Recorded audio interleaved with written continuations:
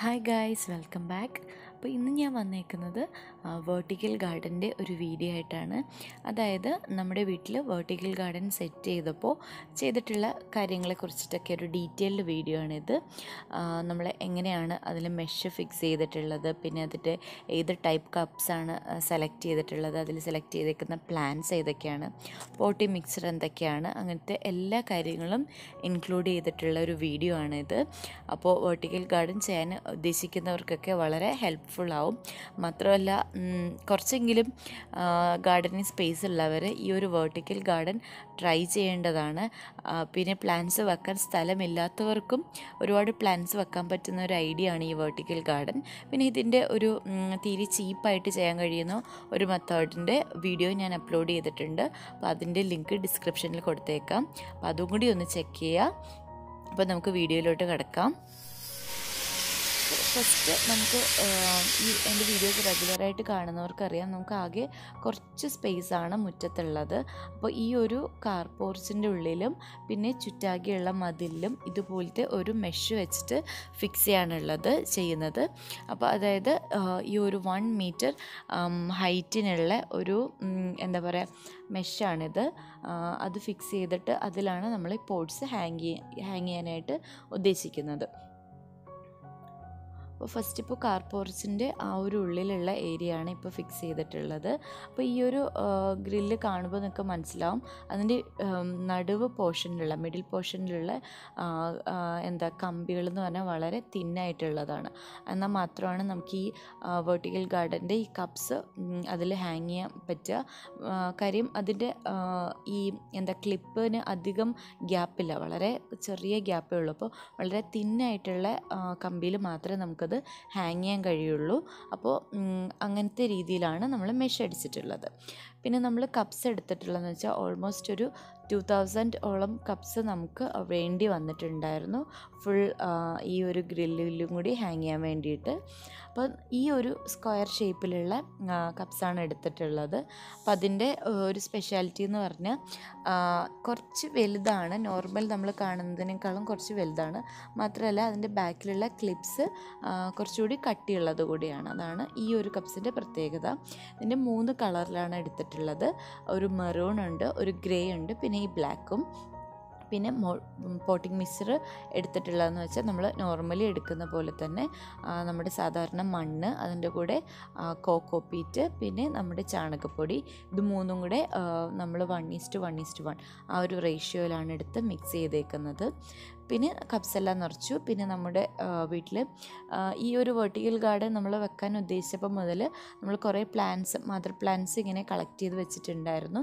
അപ്പോൾ ഒരു പ്ലാന്റ് പോലും പുറത്തുനിന്ന് എടുക്കേണ്ടി വന്നിട്ടില്ല. നമ്മുടെ കയ്യിലുള്ള പ്ലാന്റ്സ് പ്രൊപ്പഗേറ്റ് ചെയ്തെടുത്തത് തന്നെയാണ് നമ്മൾ ഇതിൽ വേണ്ടിയിട്ട് വെച്ചിട്ടുള്ളത്. പിന്നെ ടേർട്ടിൽ വൈൻസും അതെല്ലാം. ഇപ്പോൾ ഇത് ഫസ്റ്റ് ഡേ നമ്മൾ വെക്കുമ്പോൾ ഈ ഒരു ഇങ്ങനെയാണ് ഇരിക്കുക. അത് വളർന്ന് ഫില്ലാകുമ്പോഴാണ് ഏറ്റവും ഭംഗി വെക്കുക.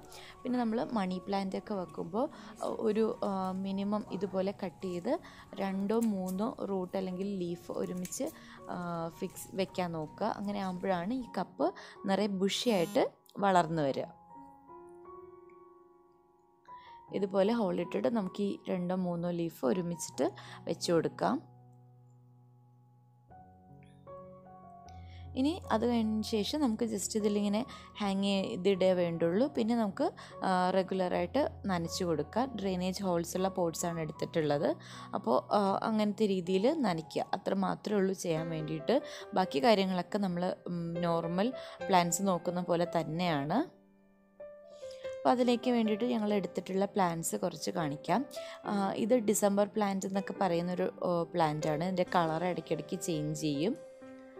പിന്നെ ഇത് സ്പൈഡർ പ്ലാന്റിൻ്റെ ഒരു വെറൈറ്റി ആണ്.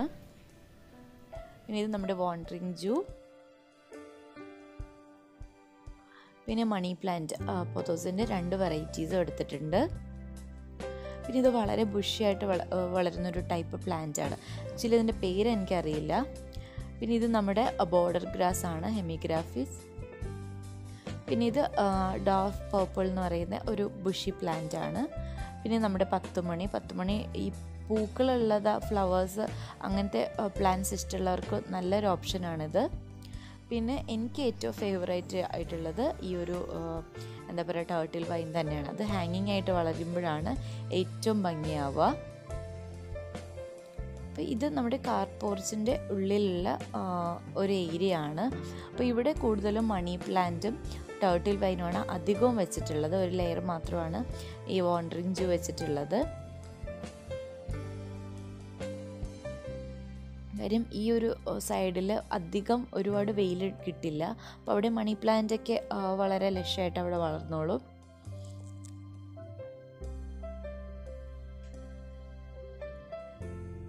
അപ്പോൾ ഇവിടെ ചെയ്തേക്കുന്നതെന്ന് പറഞ്ഞാൽ ഗ്രേ പോട്ട്സും പിന്നെ ഈ മെറൂൺ കളറിലുള്ള പോട്ട്സും കൂടി മിക്സ് ചെയ്തിട്ടൊക്കെയാണ് ചെയ്യുന്നത്.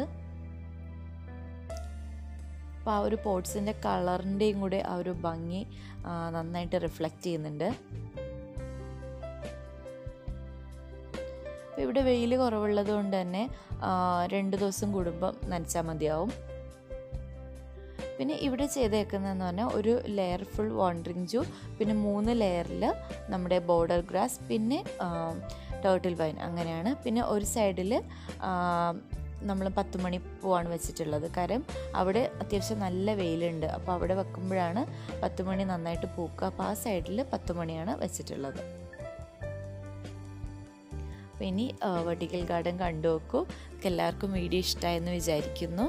അപ്പോൾ ഇനിയും ഇങ്ങനത്തെ ഗാർഡനിങ് വീഡിയോസ് കാണാൻ ഇഷ്ടമുണ്ടെങ്കിൽ എൻ്റെ ചാനൽ സബ്സ്ക്രൈബ് ചെയ്യുക കേട്ടോ. പിന്നെ വീഡിയോ ഇഷ്ടമായെങ്കിൽ ലൈക്കും ചെയ്യുക. Thanks for watching. ബൈ.